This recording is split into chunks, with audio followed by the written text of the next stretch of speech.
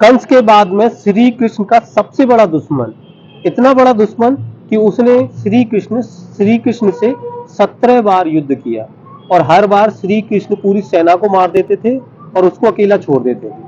बलराम भैया इस बात से बहुत नाराज हो गए थे। कृष्णपुर नाम की वह जगह जो मथुरा से करीब 120 किलोमीटर दूर है।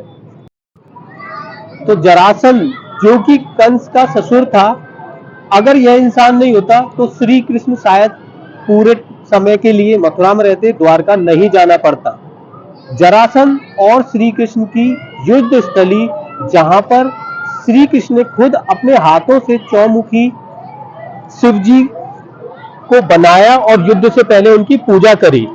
तो चलिए मेरे साथ में आज उस स्थान पे चलते हैं जो कि कृष्णपुर नामक स्थान है और आज के समय में वह दूसरे नाम से जानी जाती है। तो चलिए मेरे साथ में 120 किलोमीटर दूर मथुरा से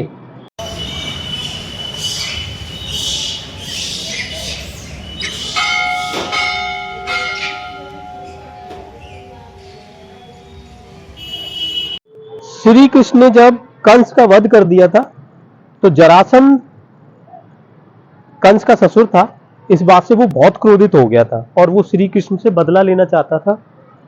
इस वजह से उसने श्री कृष्ण पर 17 बार आक्रमण किया था और कंस से ज्यादा जरासंध ने श्री कृष्ण को परेशान किया था।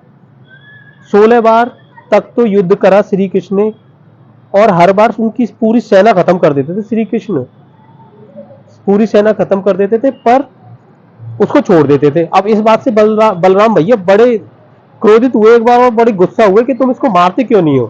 तब उन्होंने बोला कि देखो, जब जब हमने इसको ऐसे भेज दिया ना, तब तब ये दुष्ट राक्षसों को ले लेके आता है दूर दूर से और हमसे युद्ध करता है, हम फिर उन्हें मार देते हैं। अगर मैं इसको मार दूंगा तो हमें उनको ढूंढने जाना पड़ेगा, ढूंढ कर मारना पड़ेगा।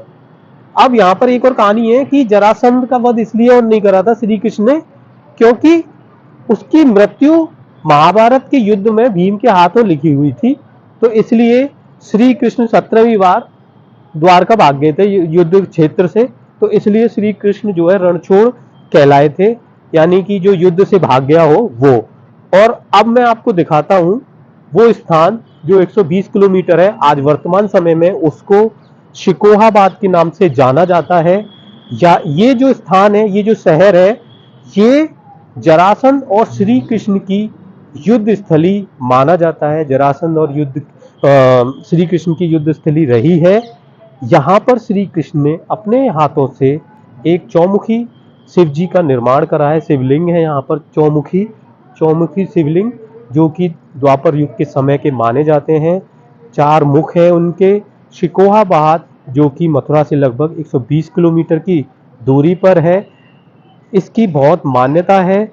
और इस स्थान का नाम पहले कृष्णपुर था, पर औरंगजेब के आने के बाद में इसका नाम कुछ और हो गया।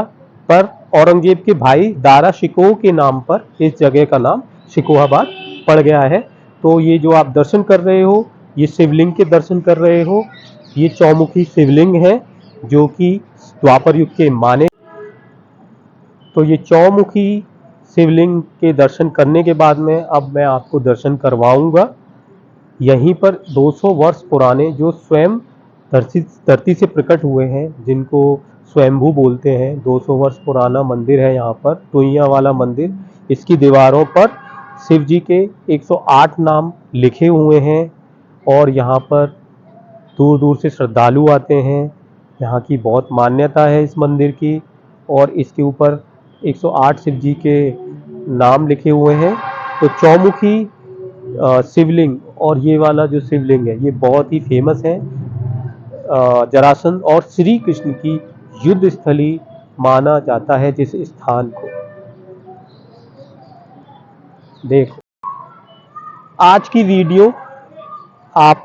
वीडियो में जाना और देखा जरासंध की और श्री कृष्ण की युद्ध स्थली रही वो स्थान जिसको कृष्णपुर नाम से जाना जाता था। तो जो भी मुझे शिकोहाबाद या उसके आसपास के स्थान से देख रहे हैं, तो आप भी अपने इस वीडियो में विचार व्यक्त कर सकते हैं कमेंट के माध्यम से। और ब्रज दर्शनम चैनल जो कि ब्रज के दर्शन कराता है, जैसा कि हमारे चैनल का नाम है ब्रज दर्शनम, यानी कि ब्रज के दर्शन। तो आपको यहाँ पर ब्रज के दर्शन करने के लिए मिलते हैं। राधा कृष्ण की जो कहानियाँ हैं उनसे जुड़े हुए स्थानों के दर्शन करने को मिलते हैं। तो जो भी आज इस वीडियो को पहली बार देख रहे हैं, तो आप अगर ब्रज के साथ में जुड़े रहना चाहते हैं तो ब्रज दर्शनम चैनल को सब्सक्राइब कर लीजिए और कमेंट में राधे राधे लिख दीजिए। मैं आपको मिलता हूँ ऐसे ही किसी और अन्य स्थान पर, ब्रज के किसी ऐसे ही स्थान पर राधा कृष्ण की कहानी के साथ में। तब तक सभी को मेरा प्यार भरा राधे राधे।